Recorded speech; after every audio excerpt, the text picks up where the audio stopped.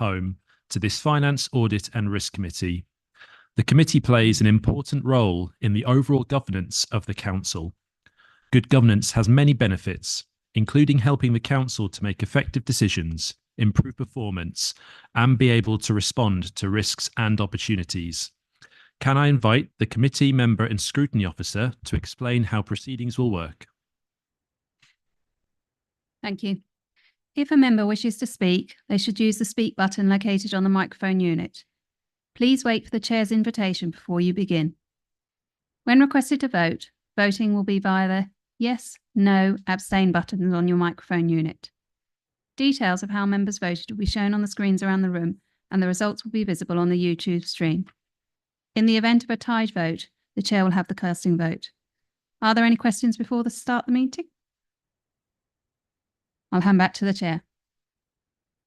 Thank you. Apologies for absence. We've received no apologies and everyone is here. Minutes of 19th of June 2024. I'd like to propose that we take as read and approve as a true record the minutes of the meeting held on 19th of June 2024. Could I please have a seconder? Councillor Willoughby. Thank you. Are there any comments on the minutes at all from any members? John. Just to be with a small update, I think at the top of page 11, there's just something a little bit funny. It opens with a reason for a decision to enable the committee to be provided with the aims, the shared internal audit service. It's probably the details of or the aims of, but if we can approve it with a small just clarification there. And on the same page, at the foot of it, there's a note that there would be further details about the information a commissioner's office case to be sent outside the meeting. Yes, please, could it be sent out? That's the follow through.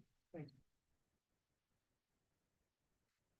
Thank you very much for those. So yes, I think looking at what those adjustments are, the adjustment in particular, happy to include that and it will be as amended. Thank you, John. And yes, I'll chase up on the information to be sent out as well. Any further comments from the committee? If not, could we please move to the vote?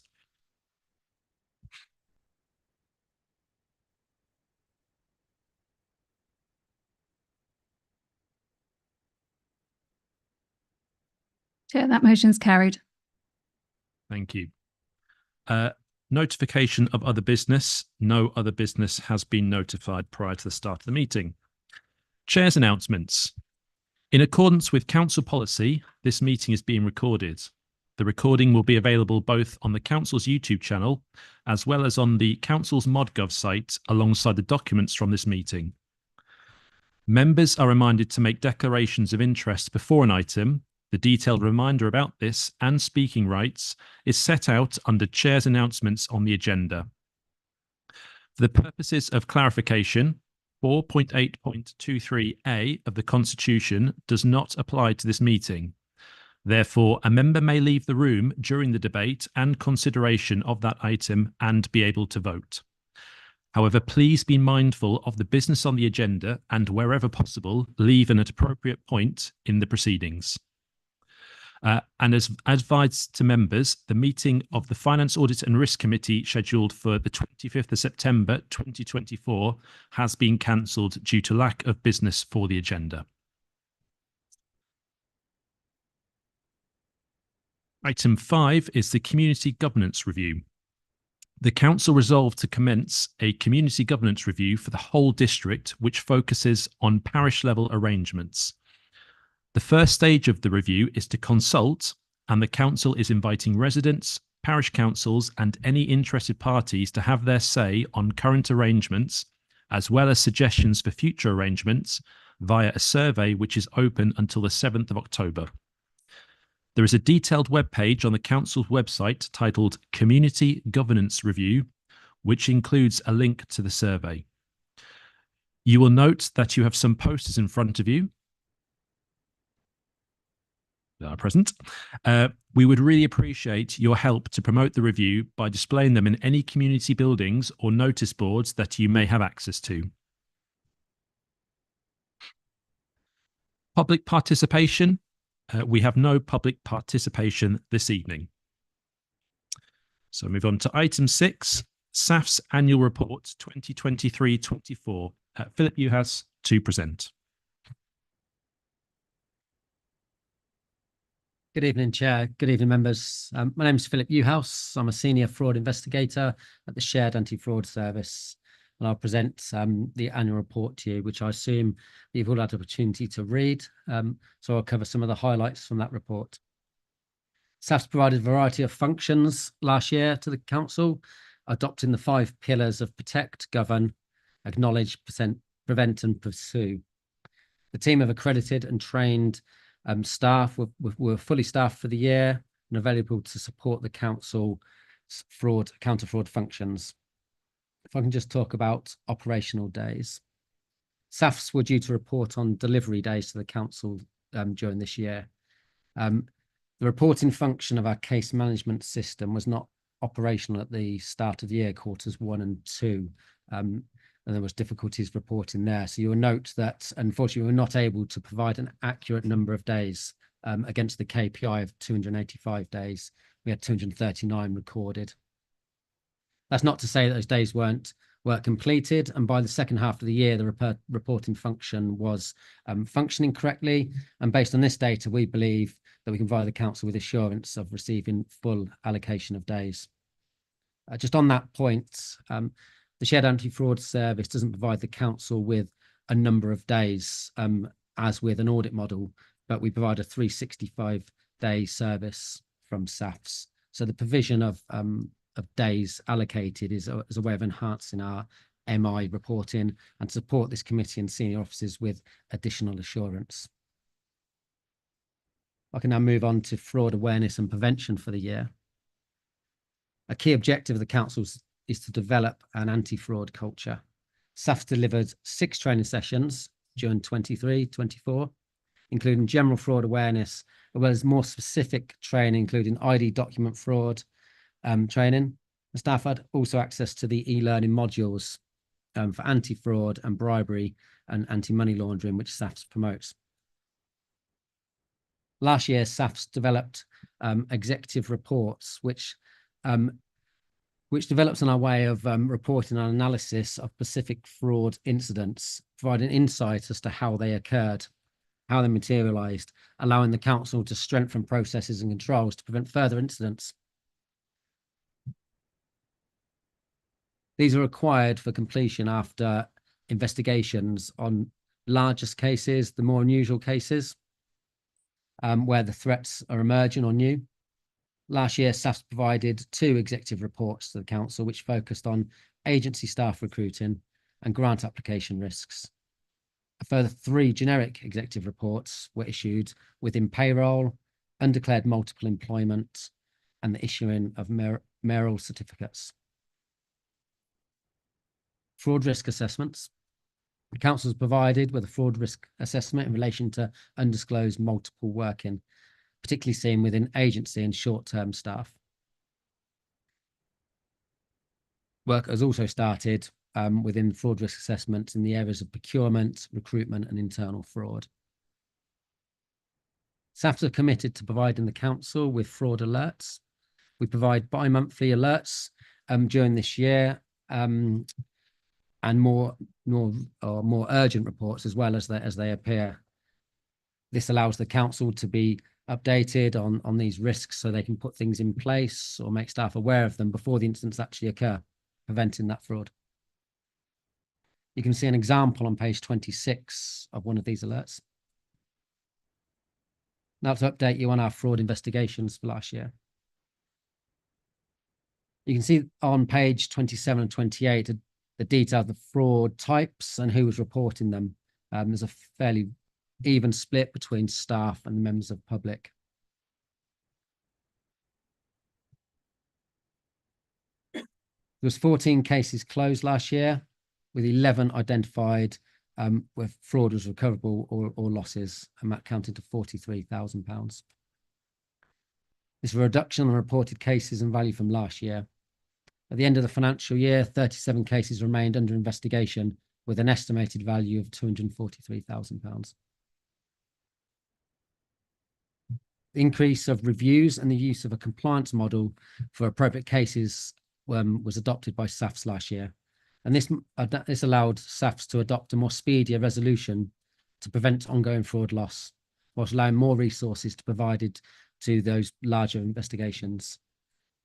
Adopting this method, we prevented around £10,000 of fraud. SAFs works with the council's housing needs and nominations teams where allegations of fraud impact the council's housing register or homelessness applications. The cost of housing fraud is estimated to be in the region of £42,000, of which 36 is attributed to the cost to local authorities for the provision of temporary accommodation. Preventing identified fraud at the application stage is therefore vital.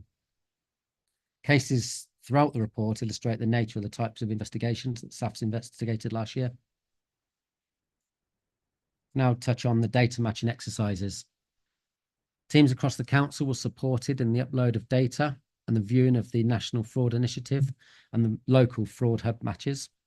Officers reviewed a total of 546 matches, resulting in 17 errors or fraud, with a combined loss and savings of £69,000.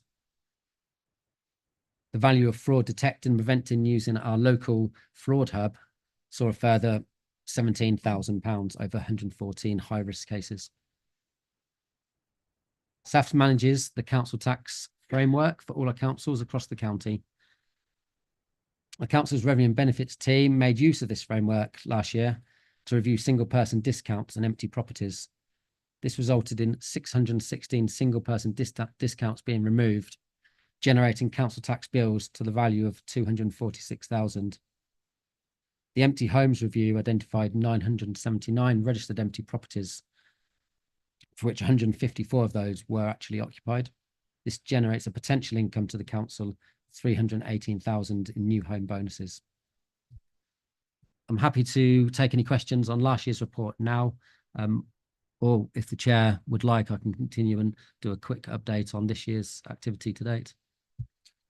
If we take questions now for the report as we've heard at this point, if there are any questions from the committee, please do raise them now.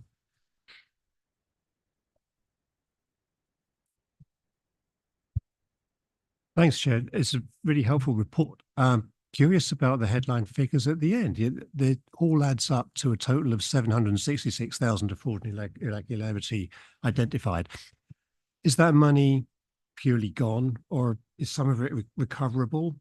I'm just interested in the distinction between money lost and general lessons learned and potential for control improvements looking ahead. Thank you. Yeah, that's combined of loss and savings, of which some of that has been recovered or could be recovered. We don't report on a differentiation or differentiation on that figure. Unfortunately, it's an overall figure of loss and savings. Is it possible to consider making that distinction, getting the different numbers in future so we can see what's gone and what's been prevented within this total, please? Is it practical? That's not a question I could answer this evening. Okay. I could speak to the SAFs management and on that, but yeah, I can take that away and report back. Thank you. Yeah. Do you want to go? You press the. Sorry, just by introduction, my name's Chris Wood, the Head of Assurance at HCC in the Shared Internal Audit Service and the Shared Anti-Fraud Service, come under my broader remit. But just to pick up on your point, John, about control improvements, SAFs and SIAS work very closely together. And you heard Phil mention executive reports, for example, on agency staffing and people with multiple employment. And a lot of that work feeds into some of our audit reports. You'll see in one of my progress reports later on, there's a high priority recommendation arising out of an agency staffing audit, for example. And that audit borrowed heavily from SAF's exec reports to make sure that some of the control loopholes had been closed. So just to pick up on that endpoints you were raising around improvements to control. Councillor Griffiths. Thank you. I'm just looking at page 28 for table 6. I can appreciate the drop from fraud investigations closed from 70 to 17. But I'm curious, I know you mentioned about the case software. Do you anticipate, therefore, that your case software will lead to an increase in fraud investigations closed next year? The case software won't impact on case closures. It was a new system brought in for us to manage those cases and report and record our time on purely. So it's a way of managing those case closures. A fraud investigation can go on for a number of months or across a number of financial years. So at any one point, we might report on a number of referrals received in the year, but that would add on to cases we've passed over and also cases that follow on into the following year. So it's a way of management information, seeing how many referrals we're receiving in to see that we're consistent and consistent amount of workload.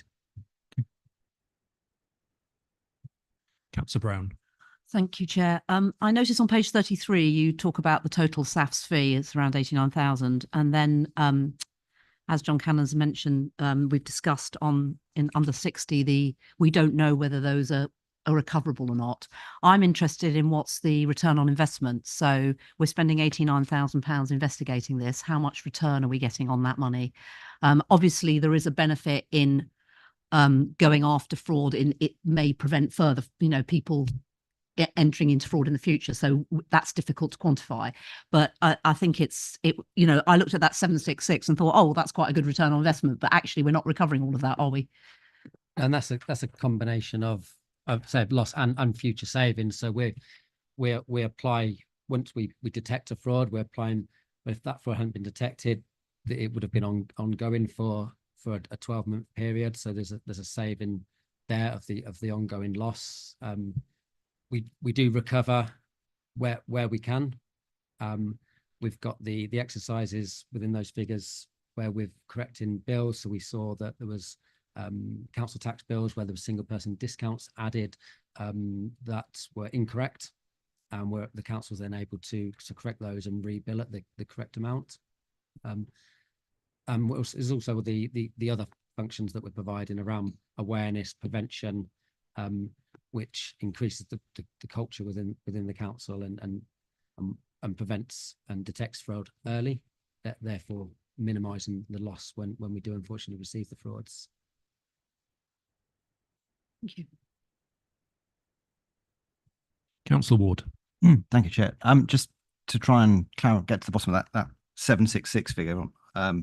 If you can confirm if I've understood it right, what you're saying is, if we hadn't taken the action that obviously we paid for through using the service, then over a subsequent 12-month period from the point of which the frauds were stopped, then we'd have lost another 766,000. Is that the correct interpretation of that figure?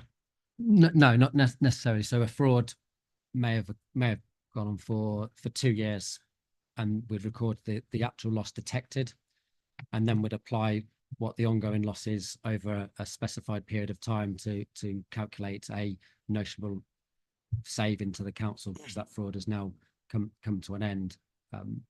So yeah, we can't say from that figure that's how much Okay.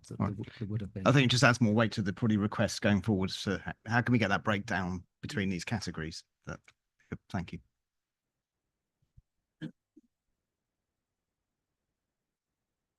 Thank you all.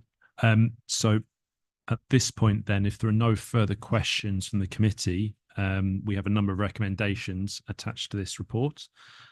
Those recommendations are that the committee notes the activity undertaken by the Shared Anti-Fraud Service to deliver the 2023-24 anti-fraud plan. and all anti-fraud activity undertaken by council officers and SAFs to protect the council and the public fund it administers. Could I please have a proposer? Councillor Brown, thank you. And a seconder. Councillor Griffiths, thank you very much. Do we have any debates from the committee? Not seeing any requests. So can we please move to the vote?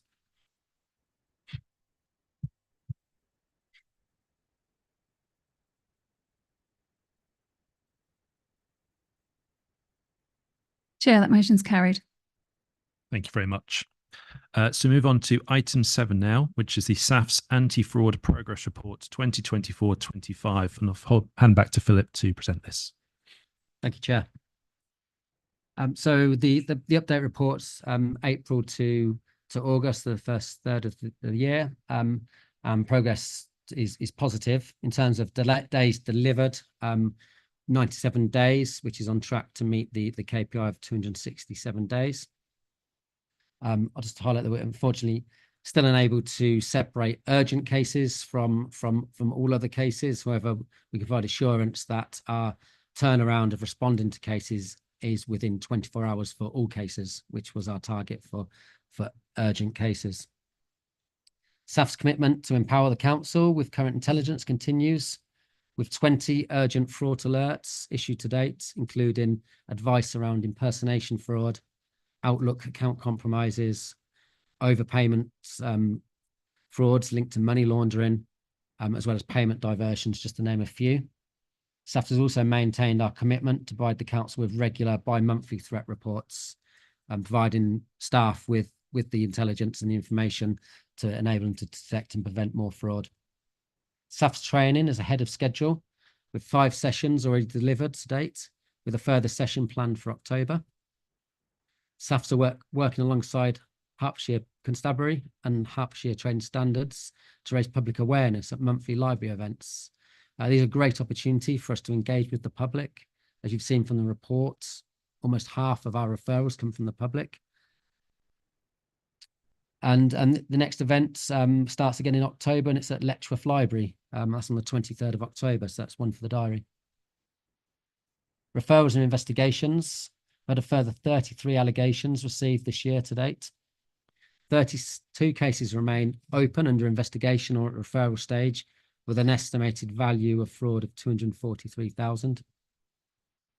This is lower than comparable partners, which is encouraging, as it may indicate that fraud has been detected earlier, and therefore reducing the loss to the council quicker. Where fraud does occur, early detection is exactly what we want to see, and it's testament to the vigilance of the council staff and the residents. 4 cases have been closed so far, as well as 15 council tax reviews completed under our compliance model, resulting in around £20,000 of loss and savings detected. Our data analysis, we're about to approach the National Fraud Initiative period. So the council officers will be uploading the data in October with expected results back in January 2005. The SAFs are supporting the council with that initiative. We continue to fulfil our commitment with our local Hertfordshire Fraud Hub, where data has been uploaded ahead of time, which is fantastic. And so far, we've detected and prevented a further £17,000 of fraud. Our work to reduce the housing waiting list has continued, and we work with local housing providers. We're investigating 7 such cases, and 1 property has already been recovered where the council has nomination rights. So they've been able to place a family on the waiting list into that recovered property. That concludes the highlights of the year to date. So I'm happy to take any further questions. Thank you very much. Are there any further questions from the committee? Councillor Griffiths. Thank you very much. Just turning to page 40, it says in providing an investigation service that at the end of July 2024, you'd completed 97 days of investigation. I think that's correct. Do you anticipate that the rest of that, because obviously it's quite a high percentage left to go, will be completed by the end of the year? Yes, That's 97 days, April through to July, so a third of the year. Right. Okay. So we are based on that, we're on On track target. to- Brilliant. Thank you. Councillor Publisingham. Thanks, Chair. I'm just looking at page 39 on paragraph 14 and was alluding to a couple of new frameworks and systems that's coming online, and the Analyze Local project, and that the revenue managers are considering the use of that service. I was just wondering, is that literally because it's just come on their desk and they're going to make a decision, or are there pros and cons to that system? No, it's a Analyze Local, it's a system, it's funded by Hertfordshire County Council. So it's a system where you take North Herts data and the third party would do the data matching to identify any errors. So non-domestic rates can be billed correctly. So we're just waiting for the decision that they want to, North Herts Council want to participate in that pilot.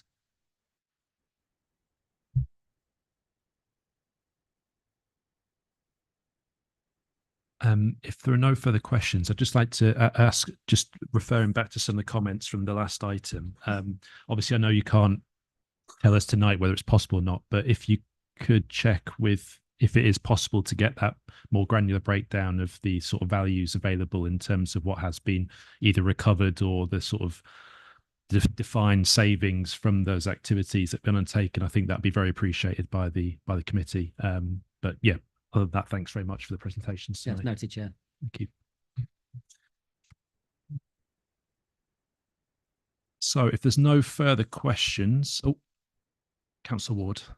I just wondering about the what appears to be the ongoing saga of the inability to separate out urgent from non-urgent cases. What's actually stopping that being resolved? I mean, sounds to me like it's just a flag in an IT system because that kind of thing. So is there a big fundamental blocker? I can't comment on why we can't report on, but it's purely a reporting. We can't report on the time to separate between urgent cases and non-urgent cases. What we can say is that all referrals and cases that come into SAFs and go onto the case management system are all responded to within 24 hours. So there's the assurance that any referral received relates to North Herts will be responded to within 24 hours. Okay, maybe if you've got that set of breakdown of figures and things, one thing to ask is, I deal with a lot of IT systems at work, and I'd be very surprised to find a case management system where you can't separate out high from medium cases or whatever it is, and just get some data from. But if you could try and ask, I think that, because that's obviously important to us in terms of the objectives tracking. So that'd be good. Thank you. Just to clarify, we work with the software provider, and it's one of the areas that we're looking into to iron out and enable us to report on that. Thank you. Thanks very much. Anything else from the committee on this item? If not, the recommendation is that the committee notes the progress by officers and the shared anti-fraud service to deliver the anti-fraud plan for the council. Can I please have a proposer? Councillor Publisingham. And can I have a seconder? Councillor Brown. Thank you very much. Is there any debate on the item at all?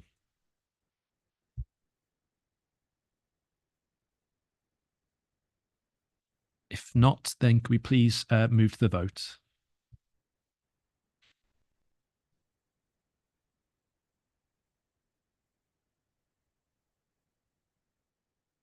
Chair, the motion's carried. Thank you very much.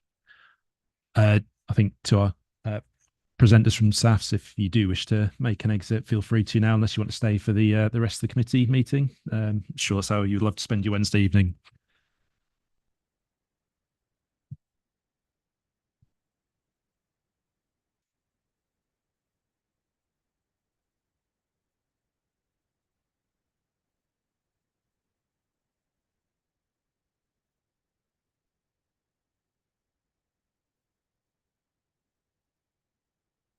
So we'll move on now to item 8, which is the SIAS Annual Report 2023-24.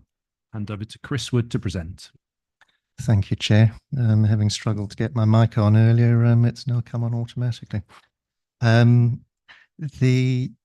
did a brief introduction earlier on who I am. That was probably for the benefit of Councillors Bartois, Brown and Griffiths, who I hadn't met before, albeit other members have got familiar with my face.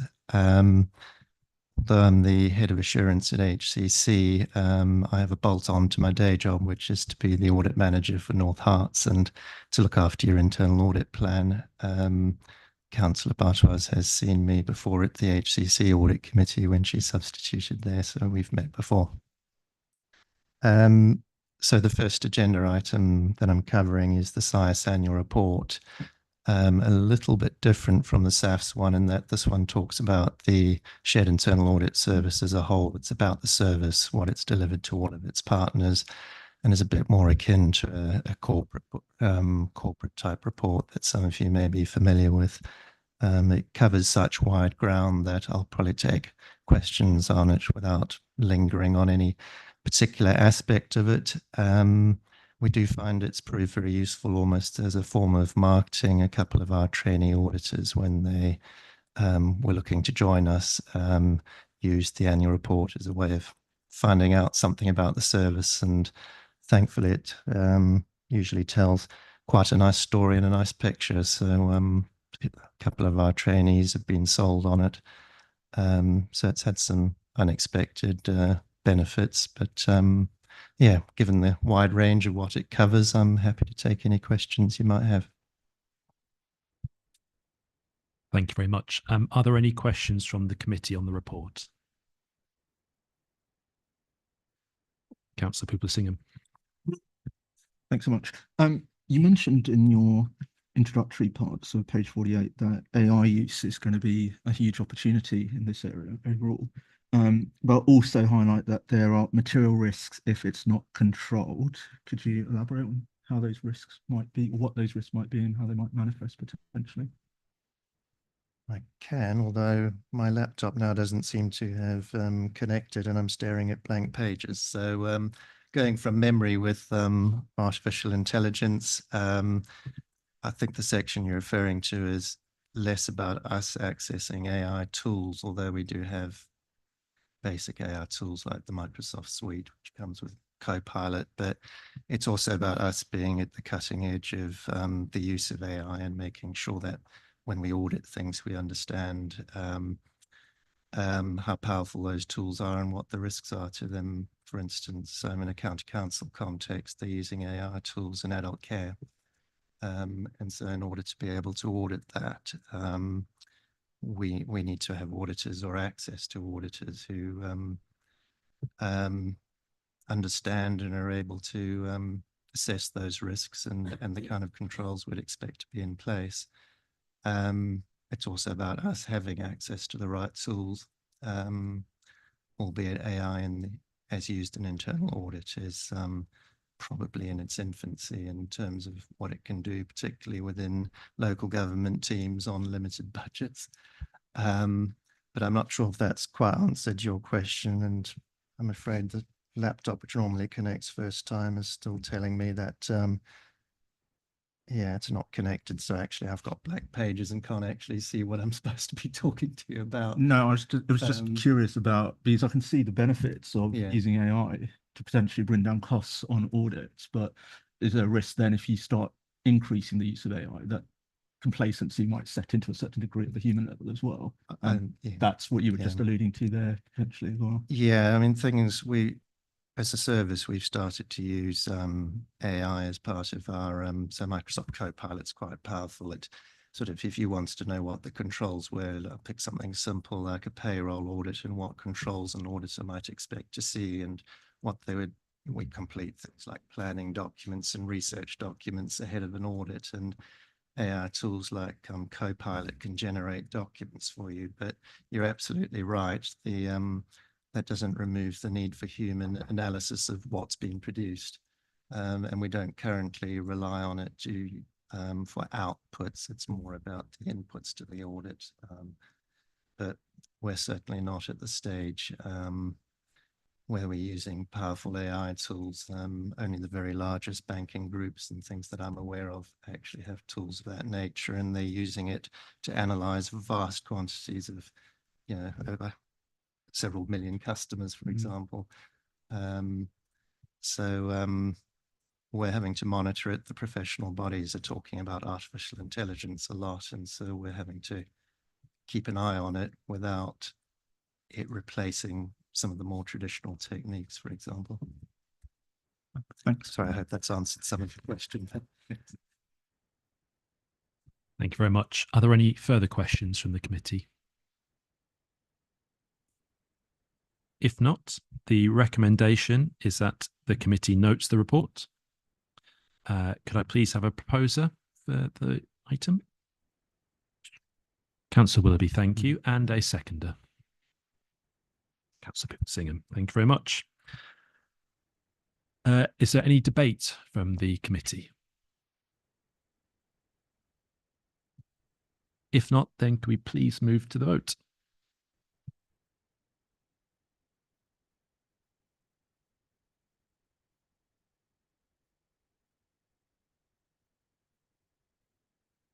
Chair, the motion's carried. Thank you very much. We will move on to item 9, which is the SIAS Progress Report 2024-25. I'll hand back over to Chris. Or have you managed to get your IT? I haven't, but the headlines are all in my head. So okay, I'll hand back over to you then. Yeah.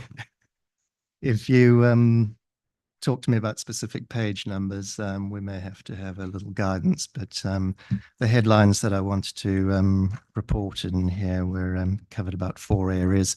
One is for members to note the 2 limited assurance reports that have been issued, one on estates and the other on houses and multiple occupation.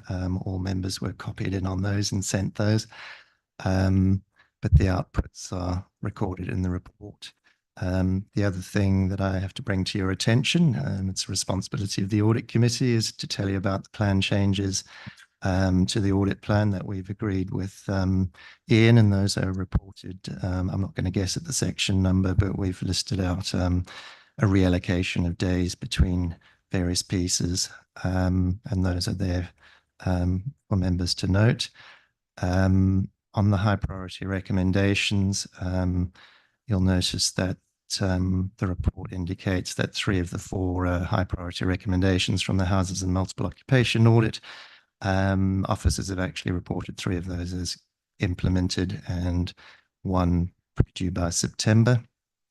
The agency staffing high priority recommendation that fell due in this reporting period has actually got an extension to the end of September for implementation.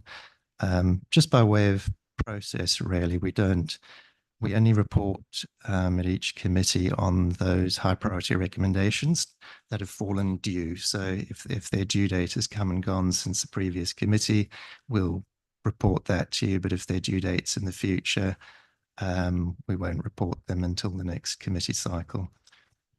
Hence why you've not got any in there about progress with the estates one, for example, because they've got a future date on them. And the last thing I wanted to draw your attention to in the report is the Global Internal Audit Standards. There's a 6-page briefing paper on the back, Appendix D. You'll be pleased you don't have to read through the 116 pages of the actual standards. That's been my particular joy of the last few months. Suffice to say that by the 31st of March 2025, we've got to have implemented the requirements of the new standards, which are replacing the public sector internal audit standards.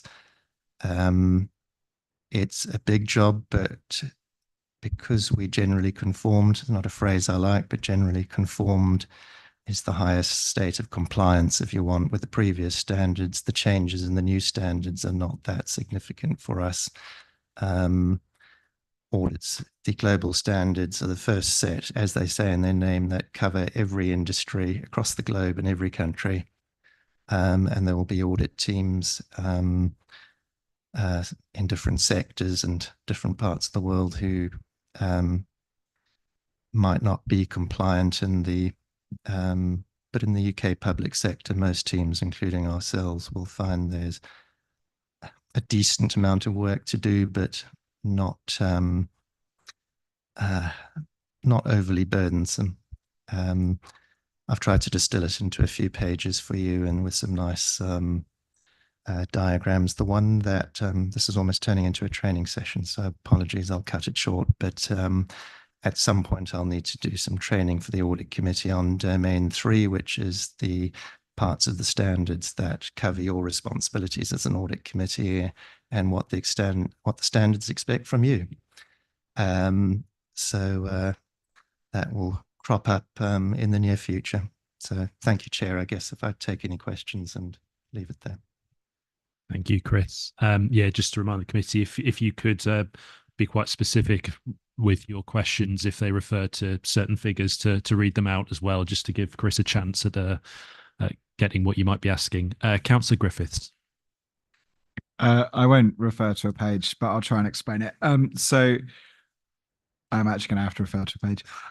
So in 2.9 on page 62, just for everyone else, it mentions that essentially you're anticipating increased momentum in the audit plan delivery, but you also mentioned that it's actually dependent on the council's progression on Churchgate, the finance system, and so on. Does that therefore mean that there will be days in which you cannot audit things because the administration has not progressed on those particular projects? The lights back on.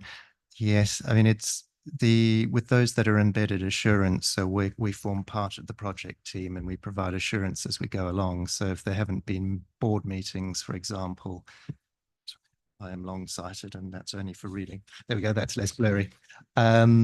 So with those projects, we can only audit at the pace of those projects. If they take 9, 10 months, 2 years to complete, then we will be part of that project on an ongoing basis for as long as that project takes to complete. Hence why in the documents, I've put them across every quarter, and if there hasn't been much progress, then we won't build time to it, essentially, and then the days won't accumulate. Some of the members will be aware from the end of last year, there were quite a number of delays in audits, which then causes them to back up into the 3rd and 4th quarter, which means we then can't resource them necessarily without pulling out all the stops. So we do like to try and get an even spread of days across the year, but we're also very mindful that we have to work with officers. There'll be reasons why the council can't support an audit sometimes, or why we can't deliver one sometimes. And it's a case of audit and the authority working very closely to try and deliver that plan as best we can. But there are any number of factors that mean it's not a straight line across the year. I mean, one of the reasons I allude to in there that I feel we're slightly behind on projects and days is simply the August holidays. Everybody was away and everything ground to a halt. Given where local government is, we can't say to nobody take a holiday. But sorry, that's a very broad context to your question, but there are any number of reasons, including on those ones, why those projects haven't necessarily taken off. On the Churchgate one, I had meetings this afternoon with Steve Crowley about our involvement in the project and how that would shape up, and we probably won't get involved until the end of the current phase of that project in a couple of months' time, for example. But it's about that ongoing dialogue with officers, and then we'll try and pick up another project in the meanwhile. Ian will tell you we've got things like the training audit coming up next week. So I think what I'm trying to say is it's not a science, it's an art, delivering an audit plan. And there was some questions to SAFs around days. Days are always an input. And there's also how you measure outputs, which is the projects and the value of those projects. and the value of our involvement in the sort of governance and risk management and control of the council. So there's different ways of measuring things, and sometimes value is the hardest thing to put a number to. But the days are there to give you a steer as to, is that plan progressing? And then the projects tell you whether you're getting the outputs and whether the audit reports and they're actually being delivered. They don't always, as I say, come out in a straight line. Sorry, just taking the opportunity to sort of bring members up to speed with how the plan tends to work. But ideally, you would deliver an even number in every quarter across the year, but it seldom works like that. Okay, in reality. Sorry, tell me if it's way more than you needed, but it's just about keeping the committee informed about the reality, I think, of audit delivery. Thank you very much. Are there any further questions? Councillor Willoughby. Yes. The new global audit standards, are they effectively going to be phased in, or is there a particular cut-off date from which they are implemented? I'm thinking, if you have a current project, will you continue with the current audit standard, as it were, or and is it just going to be for new projects? So the cut-off date is the 30th. Well, the global standards actually come in on the 9th of January 2025. So they've been released, but they're not operational till the 9th of January. The UK public sector, through our standard setters in the UK, have agreed that will be the 31st of March 2025 to fit with a new municipal year. All audits conducted this year will follow the previous public sector internal audit standards, which remain in place until the end of the year. There's significant overlap between the two sets of standards, especially if you generally conforms, as I said earlier. We've already reported to this committee, so we're trying to phase them in according to the cycle of committee reporting, for example. So when you had our audit charter back in May, which is essentially our constitution and our set of rights and responsibilities, that was prepared in line with the new standards because there was nothing stopping you doing so. It required cosmetic change rather than significant rewrite, and that's what I meant by you've got to do all the research to work out what needs changing, to work out that actually there's not a lot that changes. But we're trying to bring in some of the changes across the year so that we're ready to go on the 1st of April. Our professional bodies have advised that even if you don't finish the project by the 31st of March, if you've progressed significantly and keep your audit committees and your other stakeholders up to date and just let them know how you're getting on with progress, then that's probably fine too. Until you get to your external quality assessment required every 5 years, and if one of those falls due, it should all be in place by then, and you should be working to that. So thankfully ours is not due till 2026. So. Thank you. Thank you.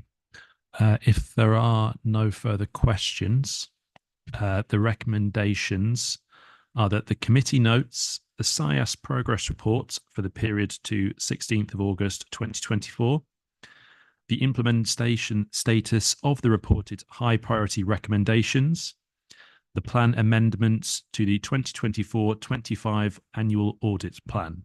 Could I please have a proposer? Councillor Pooper-Singham, and a seconder, please.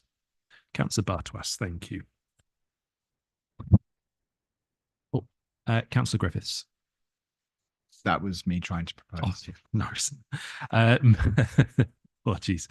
Move on to debate. Is there any debate from the committee at all?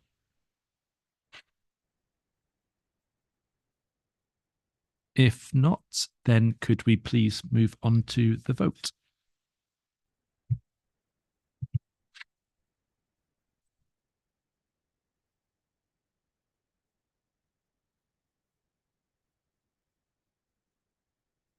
Chair, the motion's carried.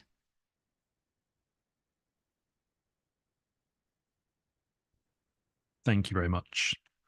Before we move on to the next item, again, Chris, if you wish to head off now, so I think you have finished for the evening. Yes, I don't think you'll present anything else, but feel free to hang around if you wish to. Cheers. There's a lot of useful information and assists me in an audit capacity. It was only last time with family connects. Great. No worries then. It's fine.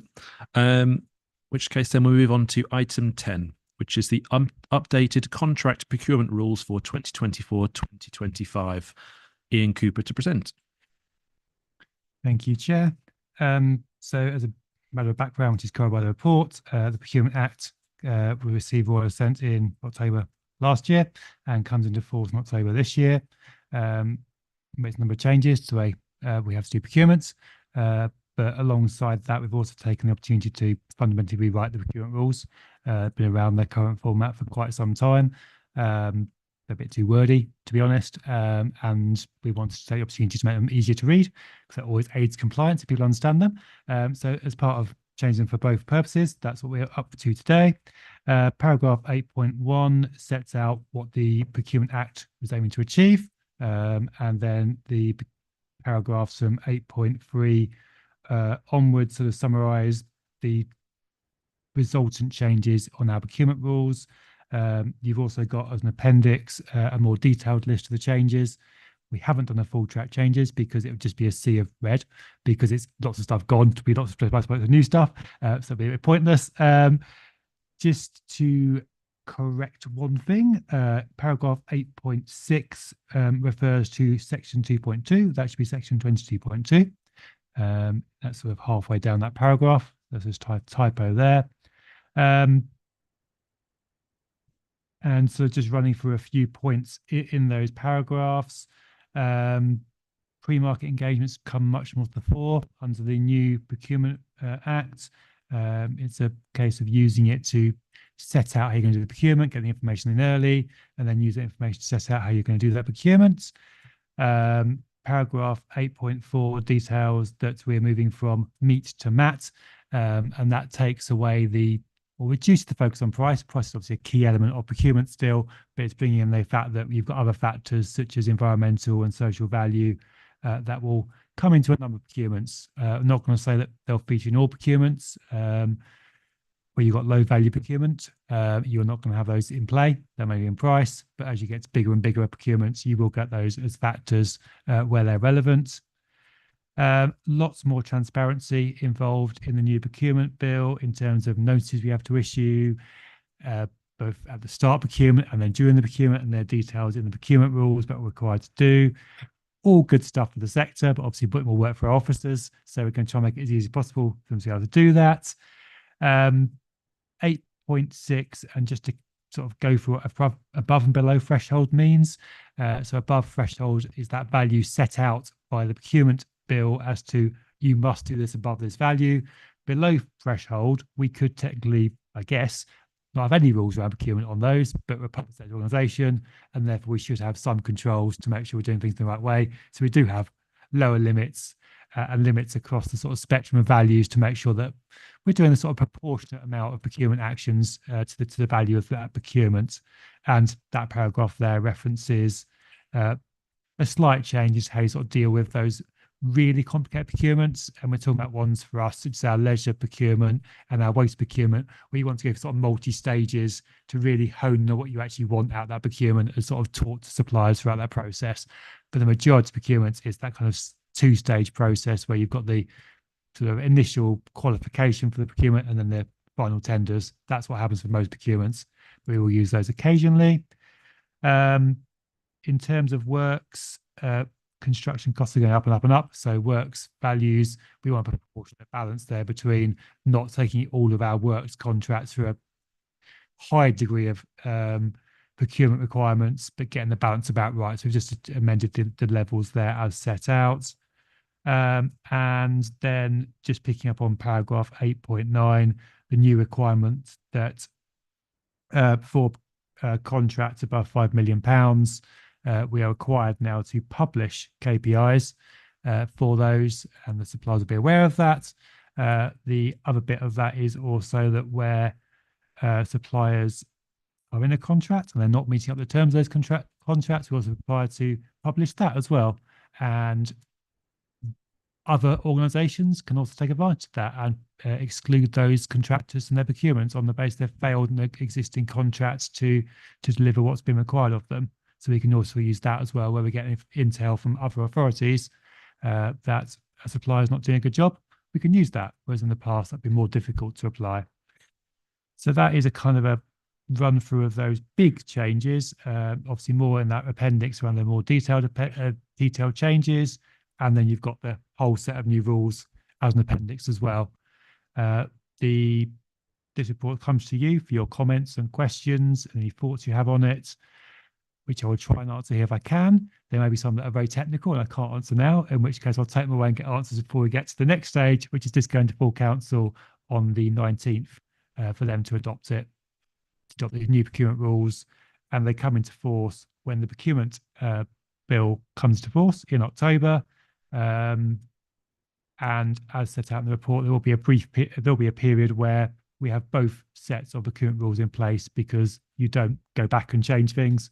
So any procurements that are starting now, which won't be done by October, are under the old rules, not the new rules. So they'll stay in place until we've kind of got rid of all contracts completely expired under the old rules. They'll both be around, but we've got a legal team, a procurement team that will make sure that officers are doing the right thing under the right rules.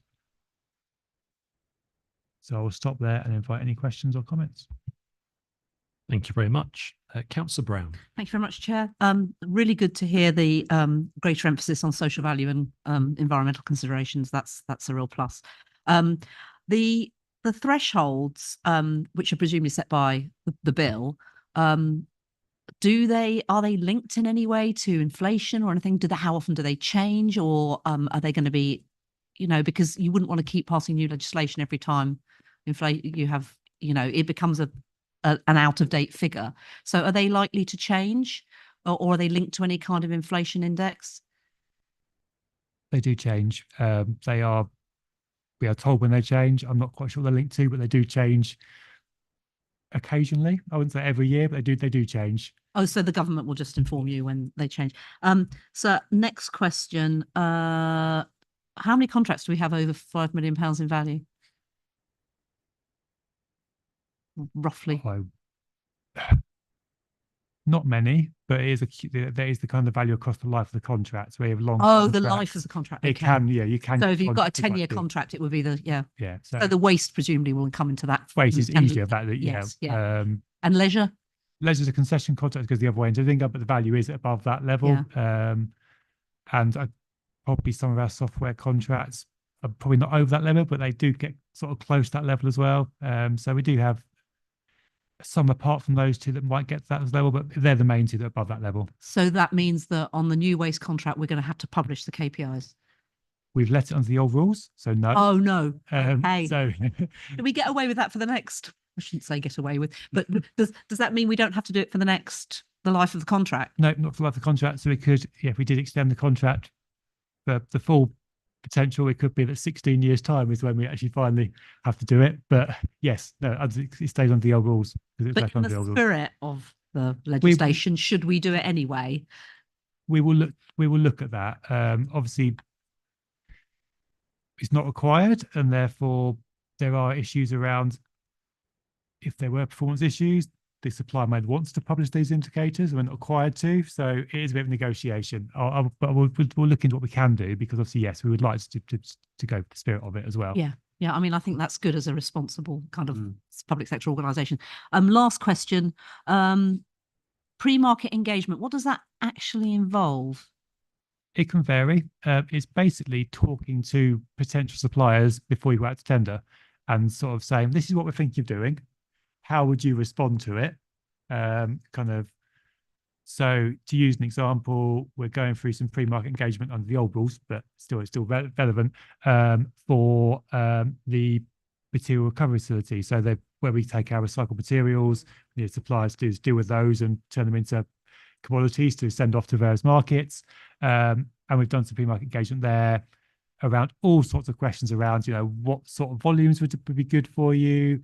How would you want to price the modelling of it in terms of, there's a gate fee and then a material processing fee and then some material values. Does that work still in the current market? and specifically, how do you do with soft plastics? Because that's really relevant for our kind of how we take forward the contract there as well. So those are the kind of questions you're kind of asking in that space as just an example. So it's torn suppliers, how would you deal with it? And then that helps shape you the specification for the actual contract when you go out formally. Yeah, so it says here about more inclusivity. So how do we ensure that that's objective, that we're including? So you make sure you talk to everyone that you know that's in that market, do you? Yeah, and that's the advantage of using our e-tendering system, is that is there to try and get out to the wider market. It get complicated because it's a software system, but yeah, it's around identifying who's in that market, use the software system. Those interested should be kind of signed up to it, but also you can, use your contacts and work out who might be interested and give them a phone call. So, and say, if you want to respond, please do. Thank you very much. That's very comprehensive answers. Thank you. Councillor Ward. Thank you. I was just reading through the different implication sections. Is it right on the financial side? You said there's no impact. That means in terms of your team's work, there's basically, you think it's neutral in terms of it's not a load of extra admin and burden, or conversely, we can't save any money through it being a lot less bureaucratic or anything like that. I mean, in terms of the change that makes the actual rules themselves, there's no direct financial implications. There are requirements, I guess, of the Act that do create more work, but we're doing our best to kind of mitigate that, to make it process in place, to make that as simple as possible, and therefore not have that burden too much hitting officers. In terms of changing some of the limits, particularly around the works, that will help out in our property services team a little bit in terms of they'll reduce their work a little bit because they've got a slightly slicker procurement process for some of those sort of middle value procurements. So there are some impacts, but not ones I can quantify and say this will mean this.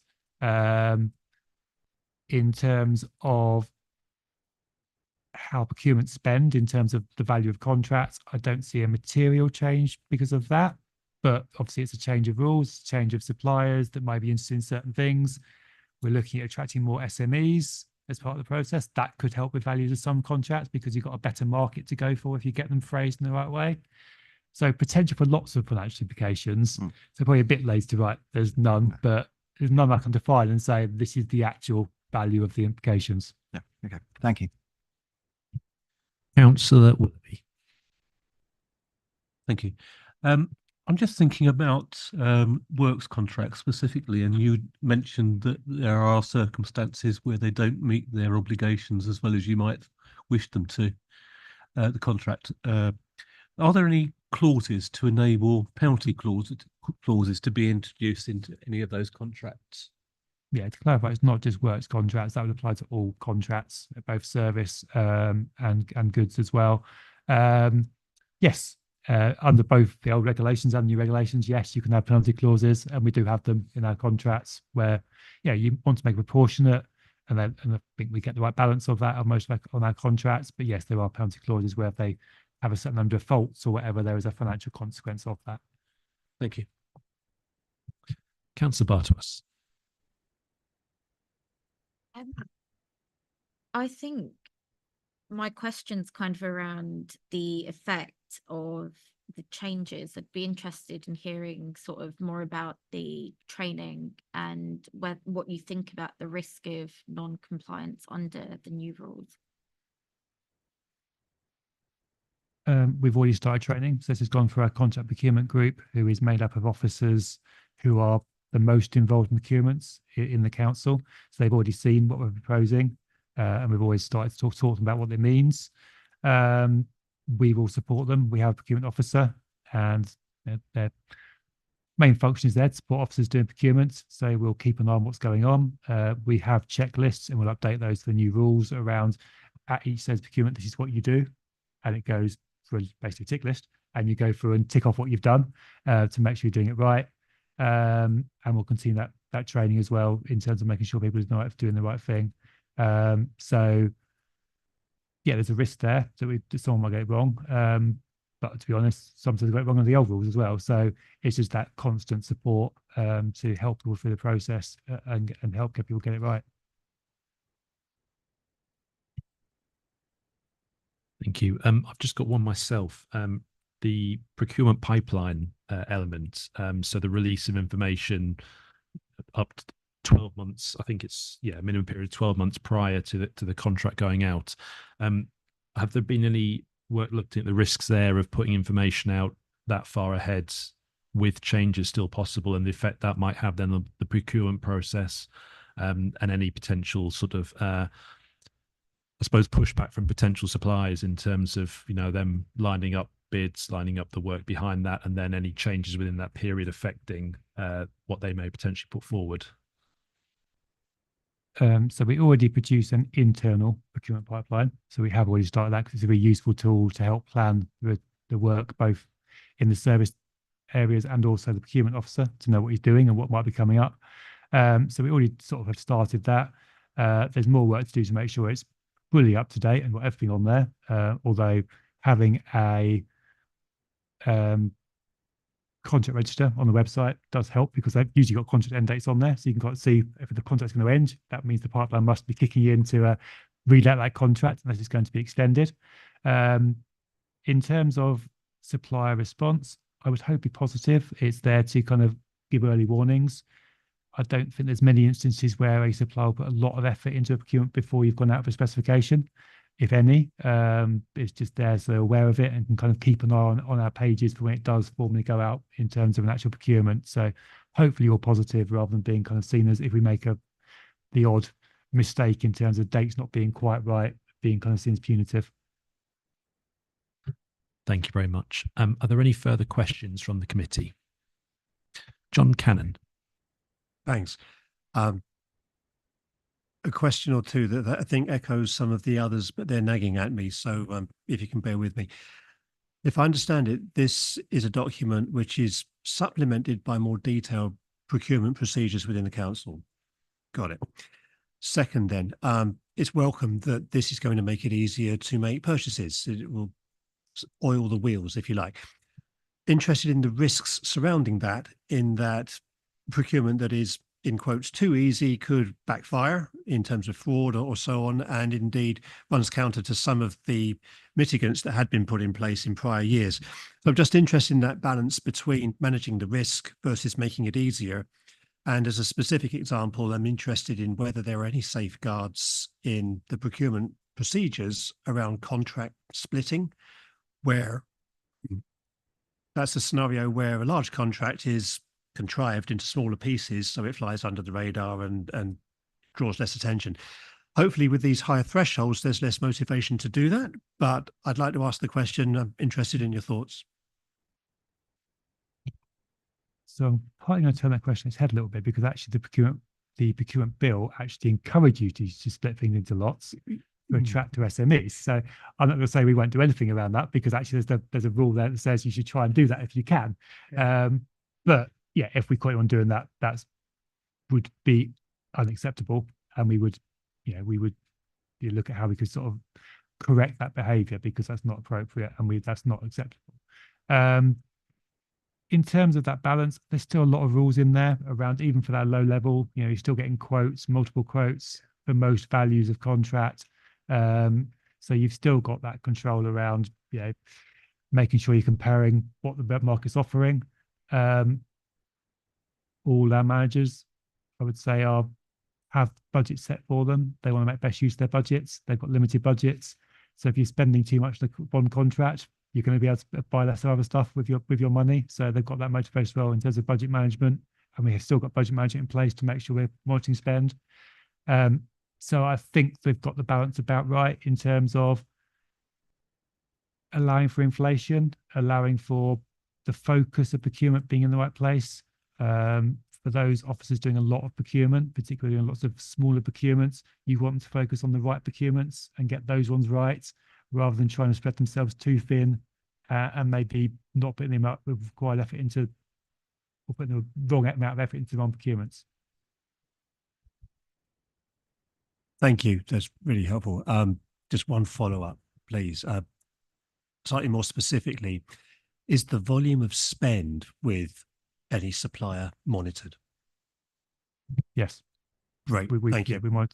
Actually, what we've got in the new finance system we've just implemented to actually make it even easier, so we can attach contracts to our suppliers, and therefore we can look at what total spend by supplier is against various contracts, which actually makes it even easier than it is at the moment. But we also monitor at a global level, just on the kind of supplier side on our finance system, how much you're spending for each supplier as well. So yes, we're monitoring it. Thank you. Thank you very much. Are there any further questions from the committee? In which case, the recommendations are that the committee notes and recommends to council that the council adopts the updated contract procurement rules for 2024-25. Can I please have a proposer? Councillor Brown, thank you. And a seconder. Councillor Griffiths, thank you very much. Is there any debate on the item?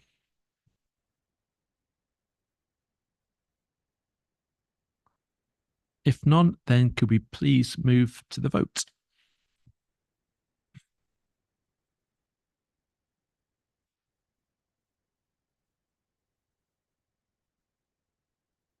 Chair, the motion's carried. Thank you very much. Move on to item 11, medium-term financial strategy. Hand over to Ian Cooper to present. Thank you, Chair. I'm going to move straight into Appendix A, because that's where the meat of this report is. So medium-term financial strategy sets out our vision about where our funding and our spend and our income is likely to be over a 5-year period. It sits alongside the council plan. The council plan is going through the overview and scrutiny route to get to cabinet, and then they'll join each other at cabinet, and then both of them go to council. And the idea is they talk to each other, act as sort of sibling documents, so that you're prioritising your spend in the right way, and yeah, everyone not just having your council plan led by money, but kind of join them together. The scope of the strategy sets out, this is on the kind of second page of the so the third page of the appendix, sets out we'd like to do a 10-year strategy, but in the current climate of funding and uncertainty of funding, that's just really untenable. So we're looking at a 5-year time horizon.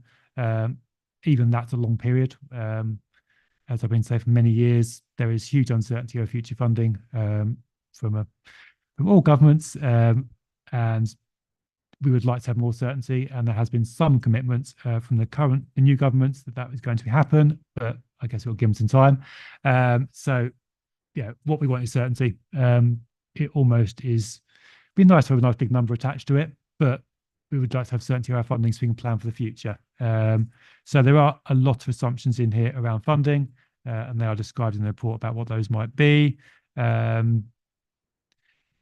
On the flip side of that, it also sort of covers, and this is looking at the sort of sections on inflation onwards, it covers where our costs going in future years.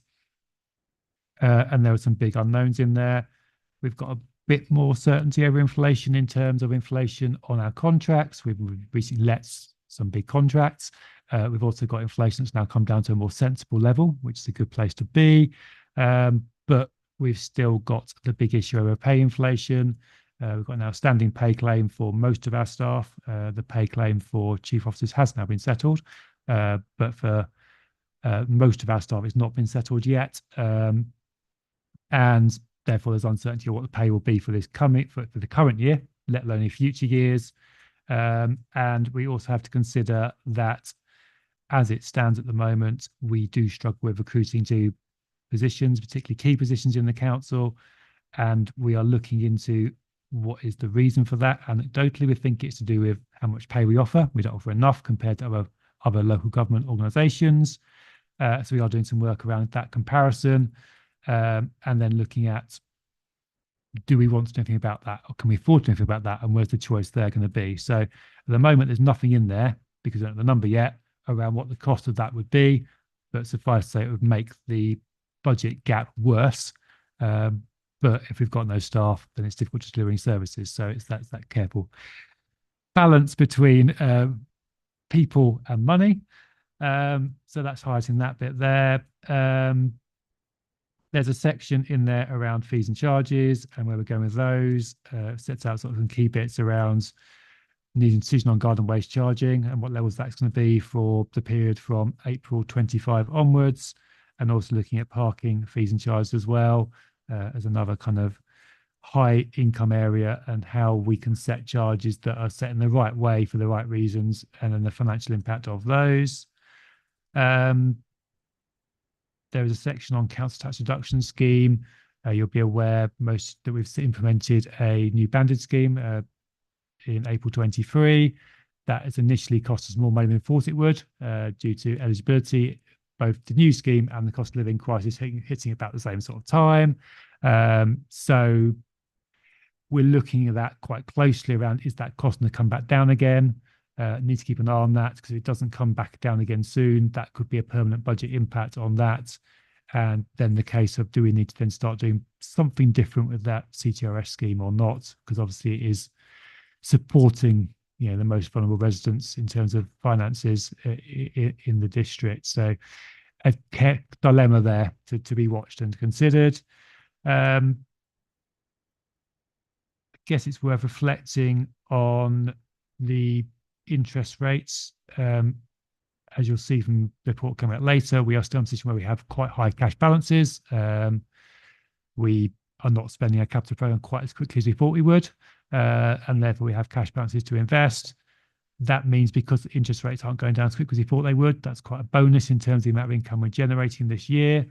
And that combined with the amount we've got in our business rates reserve means we can afford to take a slightly longer term picture around when we look to get that big whack of savings we're going to need to deliver at some point in the future. So we are waiting basically another year and then doing that consultation to the public next year, because we can sort of use that money to sort of tide us over. And also we have plans for that consultation over the summer this year, but then the general election got in the way a little bit. So we want to be able to have time to sort of do that at the right time. And also the hope is, although I'm not saying it's definite, that we have a bit more certainty of our funding by that point as well. Because it'd be nice to go out to the public and say this is the exact quantum or a better quantum of saving we need to make, rather than a mostly rough estimate, because we don't know where our funding is going to go. We hope it's going to go up in line with inflation, but that's not guaranteed as yet. There's a bit in there around the waste contract costs and waste legislation changes and the impact of those, and the uncertainties that provides for us. The next bit I want to highlight is we've got a table under capacity to deliver our priorities. That's drawn from our current council delivery plan and the biggest projects that are kind of emerging for our council plan, and sort of details the financial implications and the resources attached to those, and sort of highlights we've got some uncertainty over the deliverability of those and how we're trying to adjust those. And then basically sort of goes through how we're going to fund all that. And we've got a section around capital spend, which sort of highlights the need to be as rigorous with our capital budgets as we are with our revenue budgets. There are revenue impacts of capital spend, which you need to be aware of. They do affect our budget. Has to be funded from somewhere. It's not free money. So yeah, we need to consider that too. And that details how we are going to go through that process this year, over the next month or so, to look at our capital budgets going forward, to really hone in what we want to spend our capital money on. And then eventually we get the conclusion at the bottom of it all. So sort of our future forecasts and savings required page has the big bad numbers in there. So that is showing that on all those forecasts, if they come to pass, which they will not exactly do so, because the numbers in that will change. There's uncertainty all over the place in there, but it's realistic to assume these some substantial savings. I know I've been saying this for a number of years, but that will come to pass at some point. There will be certainty of funding, as you will kind of see in looking at the current year. We have current spend this year of 20.1 million against funding of 18.2 million. We're funding that through a combination of releasing reserves, etc. That can't go on forever. We're not really using general fund reserves just yet in the current year, but we will be if we count that gap. So that does need to be addressed. And however much funding goes up with inflation, that will not address all of that by any stretch of the imagination. Plus, we've got that elephant in the room around how much you pay and doing something about that. Plus, we've got all the other uncertainties in there as well and what they could do to us. So I think it is hopefully obvious that we need some big savings to be delivered, and therefore the need to kind of address how we're going to do that. But for the reasons I've set out, that can wait for that consultation to be next year, and the majority of those savings being delivered in the 26-27 year, with the tail end in the following year thereafter. So that sets out kind of what's in that appendix.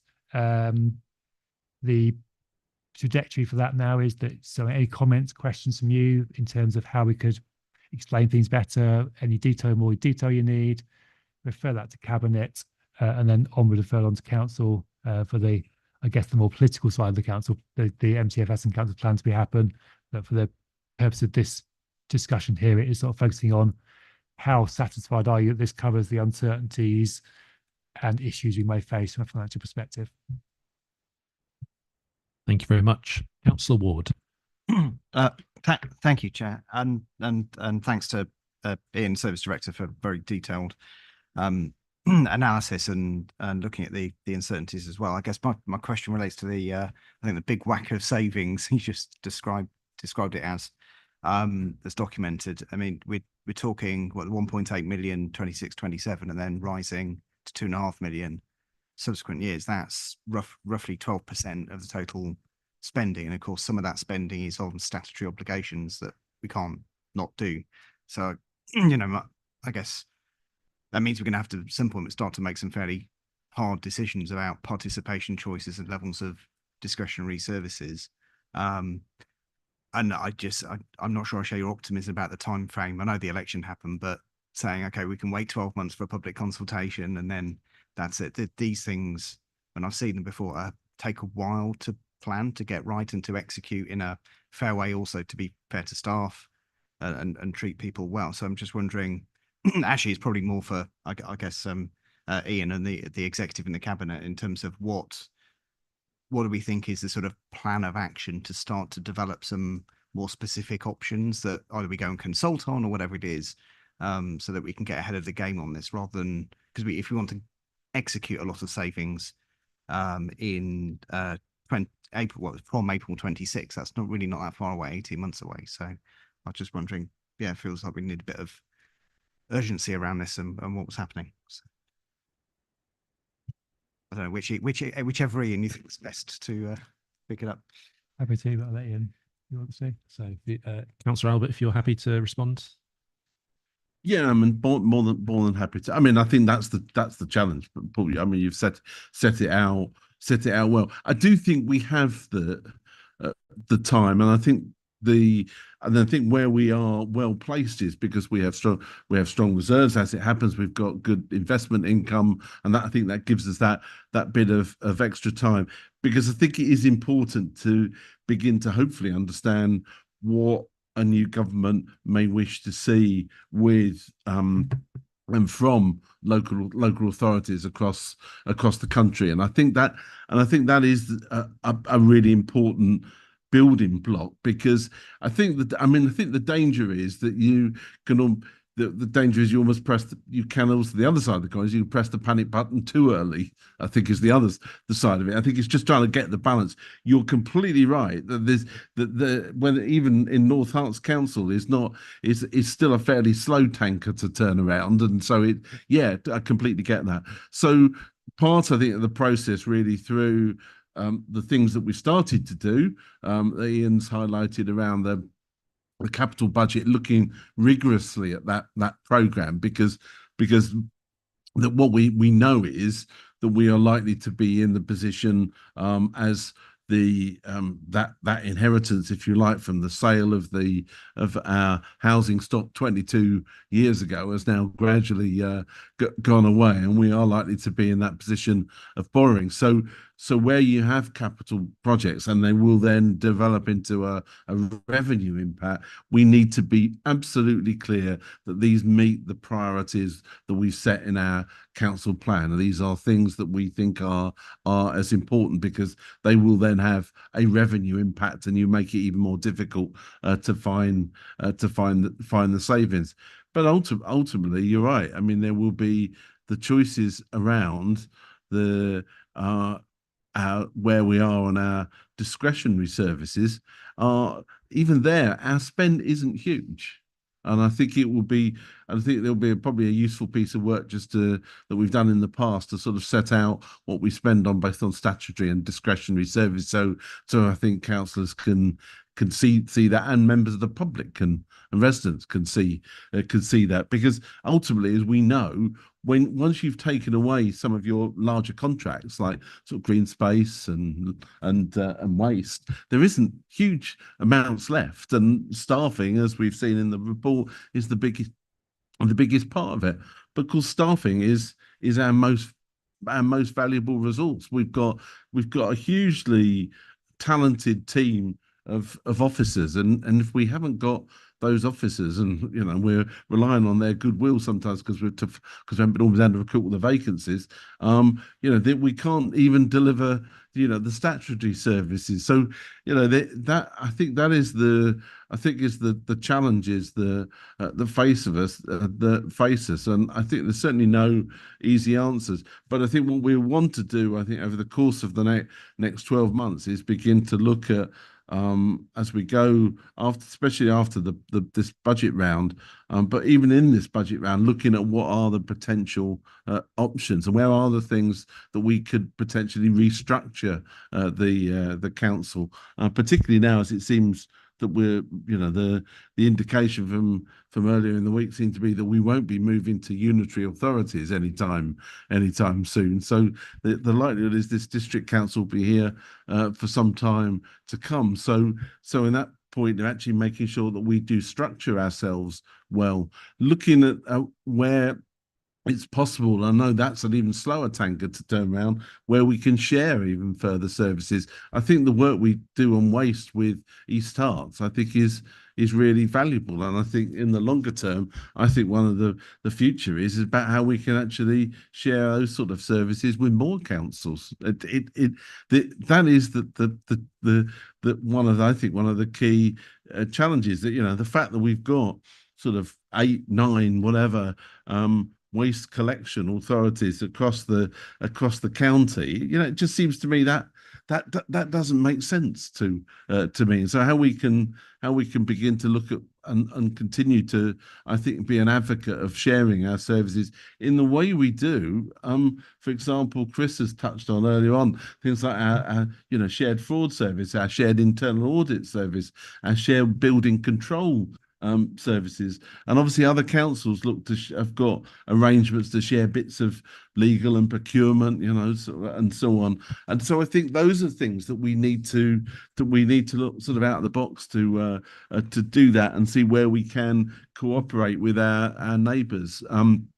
But there are no simple answers or easy choices, I think, and I think we will, and I think it will be really important, we as a council, and this is, and I think, in recognising the strength of this council in that, and actually how we can cooperate right cross-party across this council to try and get these decisions right. And try and and I know there'll always be politics in this, but it's going to be really, I think, important that we actually try and work together cross party and actually in making the best of this. And I think that's the challenge for the next 12 months. Thank you. Ian, do you want to add anything there? Yeah, I just want to sort of just highlight this is not saying this is easy, but it's a net budget. So you've got to bear in mind we've got 2 parts. Like you've got the expenditure, which is a lot higher than that, the income core of it. So you can increase income, decrease expenditure, both of which will help to get that target. Not easy, but don't think it's completely impossible. Thank you, Councillor Brown. Thank you, Chair. Well, that leads nicely on, because I was going to talk about income, because it's not all about making savings, it's also about raising income. And it won't surprise some people to say I'm going to ask about the 2% increase for parking. Now, we've modelled it on this for some time, and then we froze the parking charges for a couple of years or a year and a half. I can't remember exactly the timescales during COVID. In that time, obviously, our staff costs have gone up. The costs of actually managing their car parks. We're now going to add value to them by alternative parking machines and installing EV charging points. And so my question is, what is the rationale between for keeping the 2% increase? Why can we not make that 3% or even 4%? I think it could be easily justified, particularly when we want to encourage modal shift away from the private car use. If you look at how much rail fares went up this year, I think it was over 4%. Someone can correct me, but I think it was.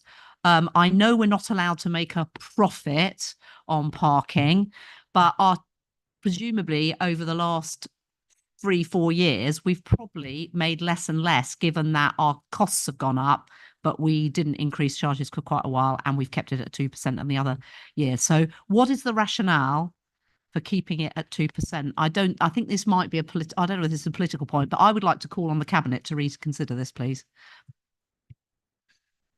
Ian, do you want to start off? I'll start with the practical answer. It's modelling. So in setting this strategy, there needs to be some kind of rigor around realism, around what I think the decision will be in terms of future increases. If I said, oh, I'll put parking up by 10% every year, that's obviously not sustainable, because I don't think anyone's going to say that's going to happen. And every year you're going to bring it by that much amount of money. So there needs to be some kind of prudence in terms of the forecast in there, which is probably where the 2% comes from.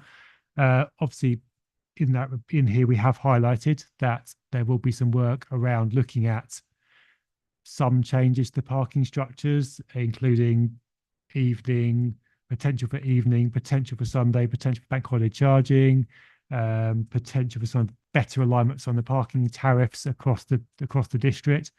So I think whilst the numbers aren't in there for that, I think that work is going to happen fairly promptly, and therefore that could then feature either in next year's budget or the year after's budget in terms of a kind of an exceptional increase in terms of monetary terms on those. And I guess as part of that, we can then reassess what does that mean going forward. But I can't put numbers in to make the budget balances by making numbers as high as I want to. I have to have some kind of confidence that they're actually going to see that through.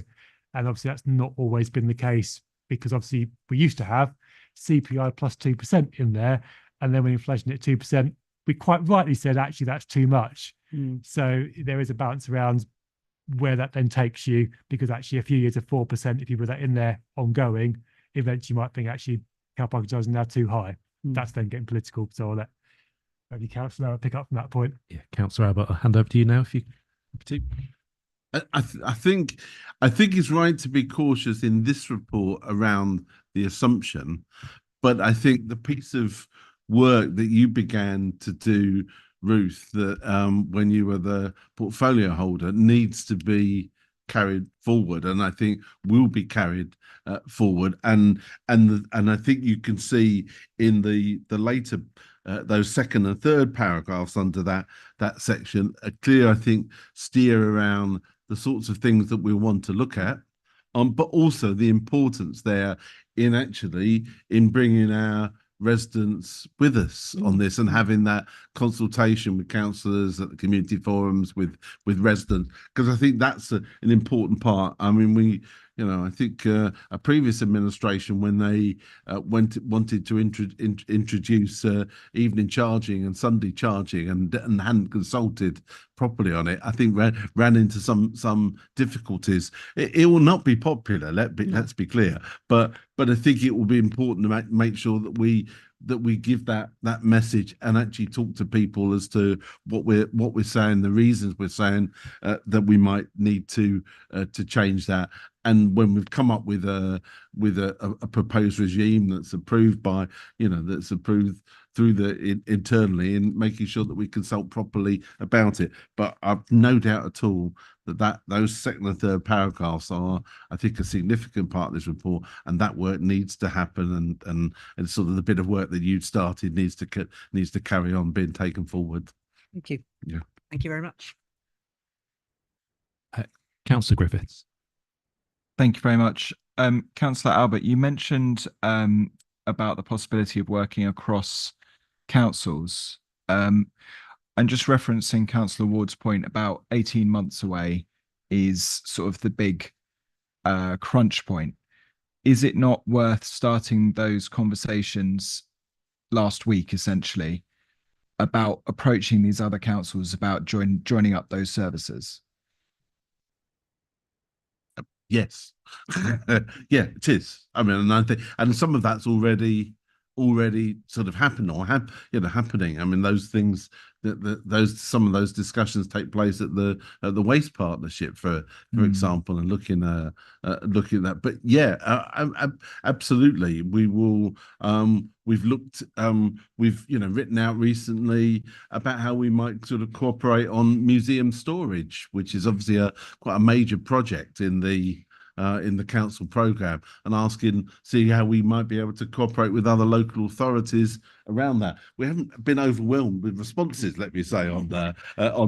But I think that we are, I think, one of the lead advocates of councils, and I think that goes back to the previous sort of joint administration about actually wanting to work with other neighbouring authorities. So we will always take those opportunities, and I think there will be, frankly, there will be needed to have discussions around legal services, procurement, IT, where I think we've got a really good story to tell on IT, and I think something I know that Chris and his team have looked at, and I think there's something actually that we could be really quite a lead advocate for, and how we can, because we're quite far advanced in some of our sort of IT strategies. So yes, I agree. I mean, these are things we need to do, and I think it's right, and certainly that's something I'll be very happy to take forward and raise at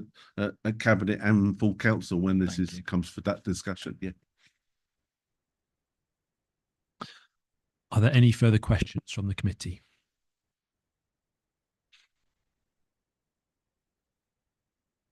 If not, the recommendations that the Finance, Audit and Risk Committee notes and recommends to Cabinet that Cabinet adopts the medium-term financial strategy 2025 to 2030. Can I please have a proposer? Councillor Bartwatz, thank you. And a seconder. Councillor Willoughby, thank you very much. Is there any debate?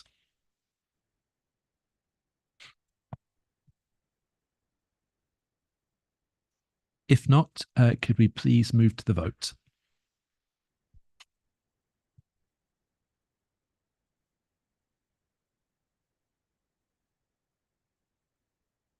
Chair, the motion's carried. Thank you very much. We'll now move on to item 12, the Q1 Revenue Budget Monitoring 2024-25. Hand back over to Ian Cooper to present.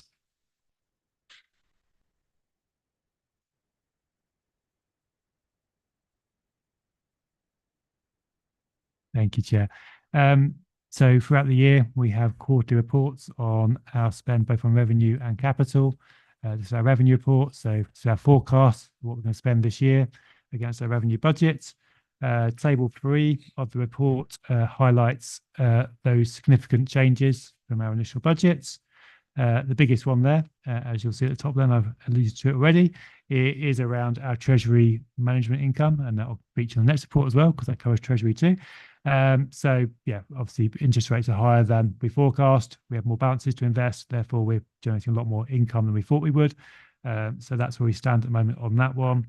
The other big number in there relates to the leisure contract, and this is around paying the right level assessing the contract for the big jump in the national living wage up to April 24, and just reflecting that in future years, expecting that to be offset by the benefit of the energy prices. So it'll be a net nil impact in future years. But as we can't completely rely on energy prices going in the right direction, keeping that as a bit of a watching brief as it stands at the moment. And then that table overall lists all the larger variances, and then comes up position that in the current year, we're looking at a £858,000 reduction in total spend compared to our original forecast. The other bits that I wanted to pick out in particular is in paragraph 8.11. This relates to business rate pooling. So just a quick introduction. We collect business rates on behalf of ourselves, the county council and central government. We get to keep a very small proportion of it. And where there is growth in the business rates compared to the baseline or the assumed amount we're supposed to collect for us, we give most of that to other places, particularly central government. By being part of a pool with other local authorities, which involves the county council and a number of districts, not all of them, just the ones that are like to give the best returns out of this mechanism, you get to keep more of that growth. In all of the previous pools, we have been part of an optimum pool in terms of our business rate collection is above our baseline level, and therefore we are part of a good pool. And what hasn't happened yet, we're expecting it might do, but who knows? Every September we get a letter from government saying, do you want to be part of business rate pool for next year? We are part of the pool for this year. So looking forward, are we going to be on for next year? Haven't had the letter yet, but in case we do, putting this in there to get ahead of the game and say, please, Cabinet, delegate approval. But if it's in our best interest financially to be part of the pool, and the county council and the other districts who are part of it wants to be part of it, please can we be? So that's where we are with that one. As I say, no letter yet. Could happen anytime, literally over the next few days. And therefore looking at that delegation. If it is an option, the county council commissioned some experts to look at the benefits of pooling and also which districts and boroughs would be best part of that optimum pool to look at the numbers. And then the decision will be based on which is the best bet for the district, so for the county overall in terms of that number. And it's usually 3, 4 or 5 districts and boroughs alongside the county council. Apart from that, the report is in the usual format. As I say, it covers the larger variances against the budget. It then talks about our corporate financial health indicators in terms of our big sources of income, and then provides some stats in table 5 against that. And then you've got the section around that, how that then interplays into our funding and the impact on the general fund. And you'll see at the moment, no variation apart from that variation in table 2. So the currently forecasting that our general fund balance will be 13.85 million at the end of the year, which is part of that, provides that sort of additional assurance that we can take a bit of a longer term view around where we're going. Our recommended minimum, my recommended minimum value for the general fund balance for the budget this year was around 2.5 million. It's probably like to be about 2.5 to £3 million for the next year. So we're way above that minimum, and yeah, there is scope there to kind of use some of those general fund reserves to smooth that impact. So that's the kind of the introduction to the report. But obviously, there's lots in there, so I have to take any questions or comments. Thank you. Are there any questions from the committee?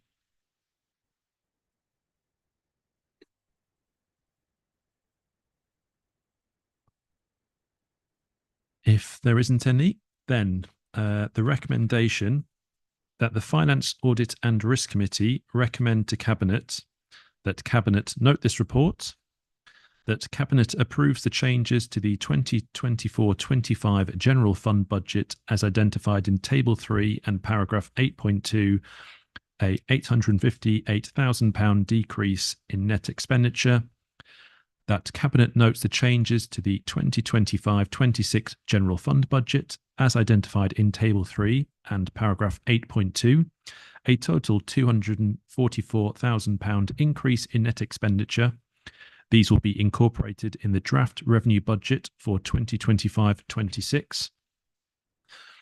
That Cabinet delegates to the Service Director resources, in consultation with the Executive Member for Finance and IT, authority to enter into a business rate pooling arrangement, if available, if it is estimated that it will be in the financial interests of the Council. Can I please have a proposer? Councillor Brown. Thank you. And can I have a seconder? Councillor Ward. Thank you. Is there any debate from the committee?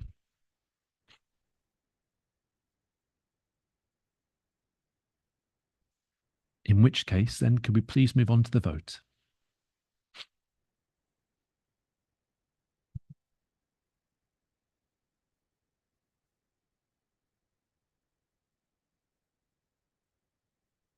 Chair, the motion's carried. Thank you very much. We move on to item 13 now, which is the Q1 Investment Strategy, Capital and Treasury 2024-25. Councillor Ward. Interested in this item, Chair. Step out. Thank you. Great. Thank you very much, Councillor Ward.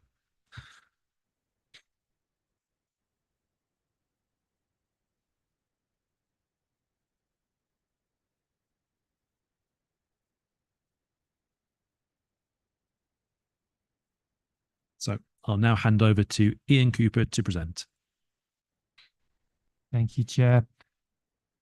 As set out in the report, this is looking at two things, looking at capital spend and forecast against the original budgets on those, and also incorporates Treasury and Treasury income returns and the spread of our investments.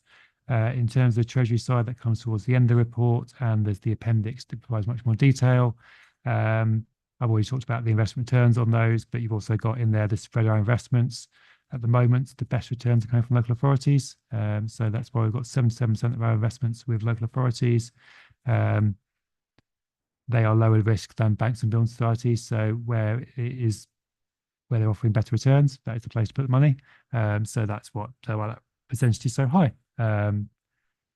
During the time of COVID-19, the pandemic, actually they were the worst place to put money, and we had lots of money in bank and building societies, so it does fluctuate over time.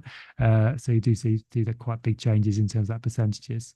In terms of moving to the capital side of the report, as I've mentioned in one of the earlier items, we are doing a capital programme review, looking at future years, but also incorporate spend in the current year, and therefore taking a light touch approach to this Q1 monitor.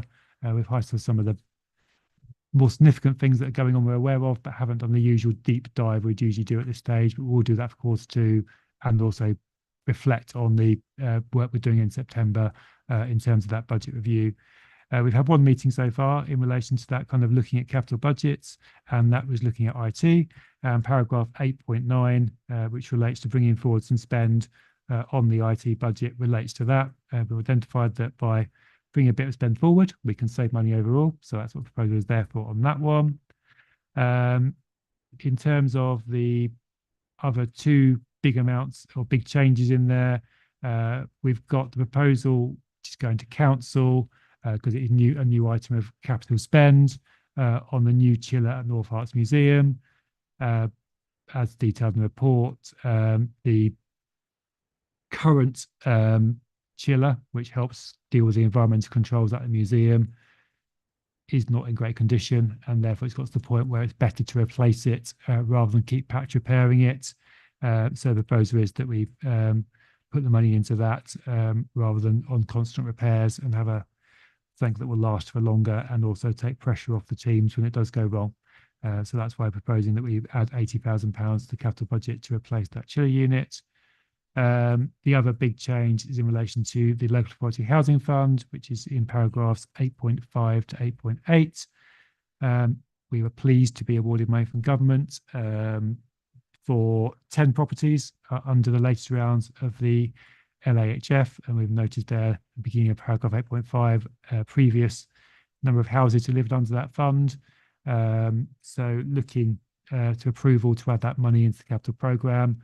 The expectation is that we'll give all that money to one or more of our registered providers. They'll match fund as they need to bring those properties forward. So we'll basically get additional properties in the district for no cost to us, which can only be a good thing. And I think that probably brings to the end of it.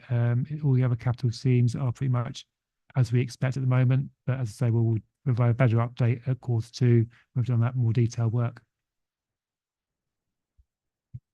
Thank you very much. Councillor Brown. Thank you. I just wanted to ask a question about the local authority housing fund. I think you may have answered it, but that's not enough money to deliver 10 properties. But so we're looking for match funding. So that would, are we confident that we would get that match funding from a registered provider to deliver those? Because obviously, I welcome delivering 10 properties for Afghan resettlement and so forth. We need more housing to be released. Absolutely, they're offering us that, but it's never quite enough, is it? That the government offers. So under rounds 1 and 2, it was both with Settle for those rounds. They were able to match fund essentially to deliver those properties. The terms of both round 1, 2, and 3 are that they can be refurbs or capital refurbs of existing properties, which reduces the cost.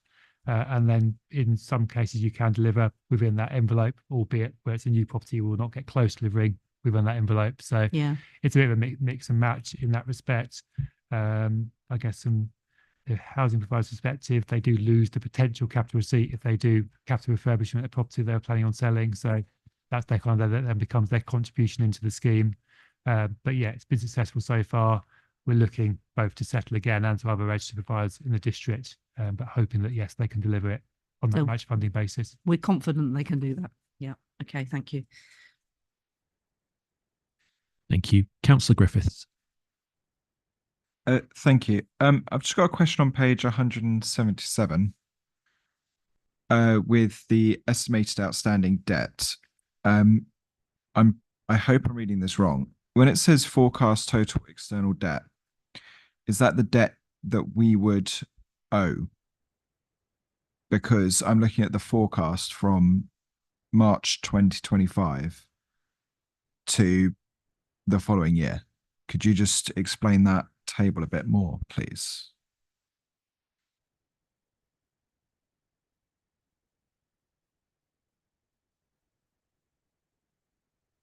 I'm just getting to the right page, sorry.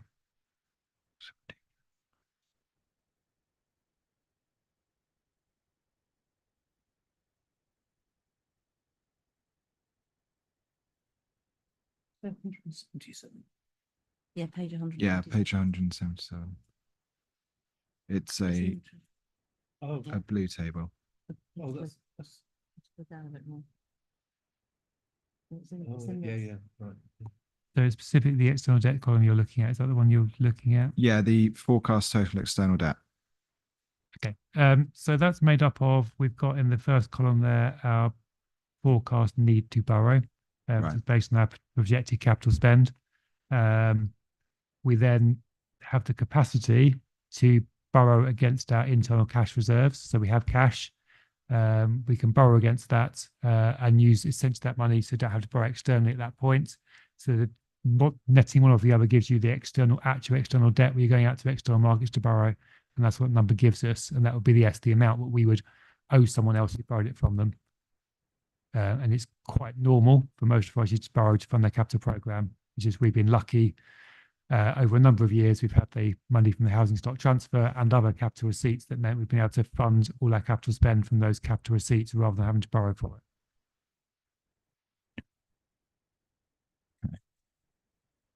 I have to smile again because you don't look convinced by my answer. No, I get what you're saying. It's just I think just by itself it looks alarming. I think you can appreciate. I understand that we were lucky with the housing stock and we've got the ability to have fronted up the cash essentially, but to go from 0.4 to 9 in the space of a year, is it worth an extra explanation, perhaps? I mean, that assumes that we spend all of our capital program. So yeah, going from 0.4 to 9 essentially is, yeah, that could be due to essentially just £9 million of capital spend, and that's given the some of the numbers in our capital programme. So, for example, currently in our capital programme, we've got things like £4 million allocated potentially for museum storage. So when that project goes through, in whatever form that might be, that could be a significant capital spend. We've got to buy the new waste vehicles, which will be capitalised. That is multi-million pounds of money for the waste vehicles, albeit they're embedded in the contract price. So it does come back to us in terms of it's not a big additional cost we weren't expecting, but yeah, that's multi-million pounds as well. We've also in the capital programme, not in that current year, but in terms of big numbers in there at the moment, we've got provision for a new waste depot because the one in Letchworth will not last forever. Okay, might be able to push that a bit further. We'll discuss that as part of our capital programme review around how far that can be pushed into the future. But again, we're looking at many multi-million pounds for that as well. And these numbers are already in our capital programme at the moment. When we get to things like Churchgate and a defined plan for that and the potential capital there as well, these are going to be big numbers and they're going to require borrowing to deliver them. But we can then spread that borrowing cost over the life of the assets. We're talking about 40-year life assets and spreading that borrowing cost over that life. But you will see some big numbers appearing in our capital programme and therefore in the debt we're incurring to be able to fund that. But as I say, that is fairly normal for most local authorities.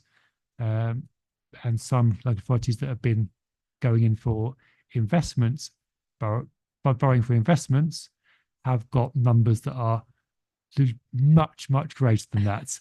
Okay. And we'll think that's tiny numbers we're talking about here. I'm not going to diminish them, but this is the inevitability of we need capital spend to keep our services operating, and that's the result of it. Thank you. Are there any further questions from the committee?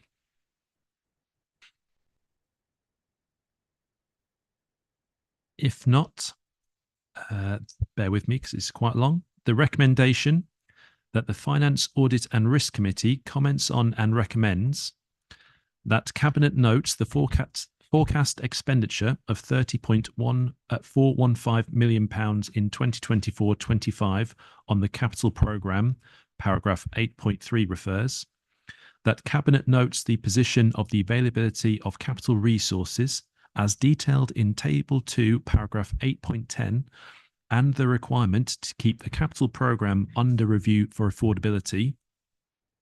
Cabinet is asked to note the position of Treasury Management activity as at the end of June 2024.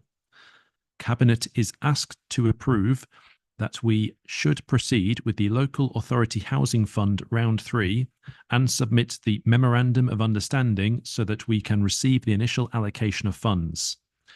That Cabinet recommends to Council that Council approves a capital budget of £0.080 million to fund the purchase and installation of a new chiller at the museum, paragraph 8.4 refers. That Council approves a capital budget of £1.92 million, 0.96 million in 24-25 and 0.96 million in 25-26 for round 3 of the Local Authority Housing Fund. This will be fully funded from government grants and housing provider contributions, paragraph 8.5 refers.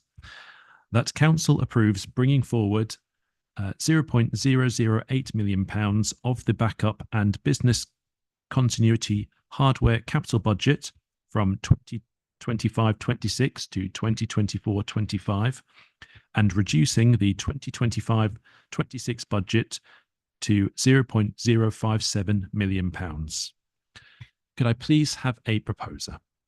Councillor Singham, thank you very much. And could I have a seconder? Councillor Brown, thank you. Is there any debate from the committee?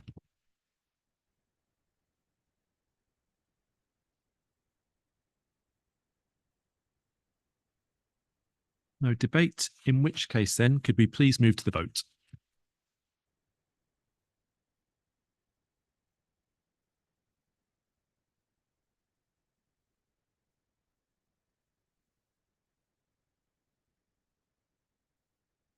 Chair, the motion is carried. Thank you very much. Councillor Ward, do you want to retake your seat? Thank you.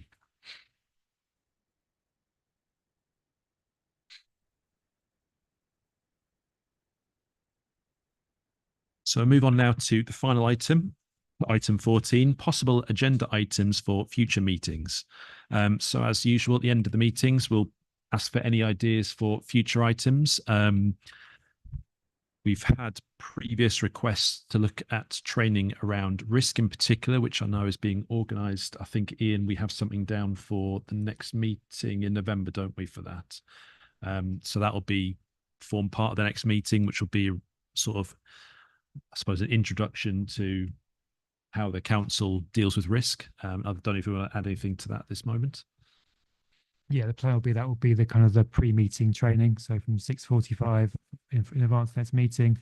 I think the particular focus when it was asked for was around how we do risk scoring and kind of doing that in practice. So we can do some examples around that, but equally we can do an introduction to risk in general as well. So yeah, if you've got any other sort of ideas around risk you want some training on, please email me in advance of the next meeting. I'm sure we can incorporate it, but that'll be the focus as planned.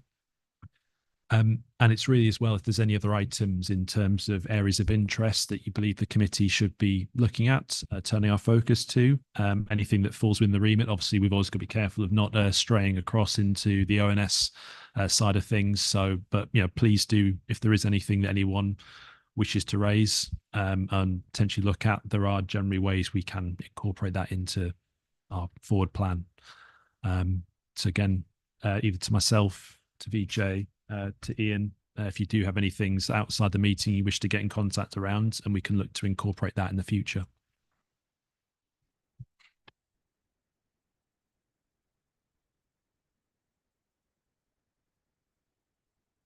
If that's all covered off, then that concludes this evening's meeting. The next meeting of the Finance, Audit and Risk Committee will be on Wednesday, the 13th of November, 2024. Again, preceded at 6:45 by some training delivered by Ian. Thank you very much, everyone, and good evening.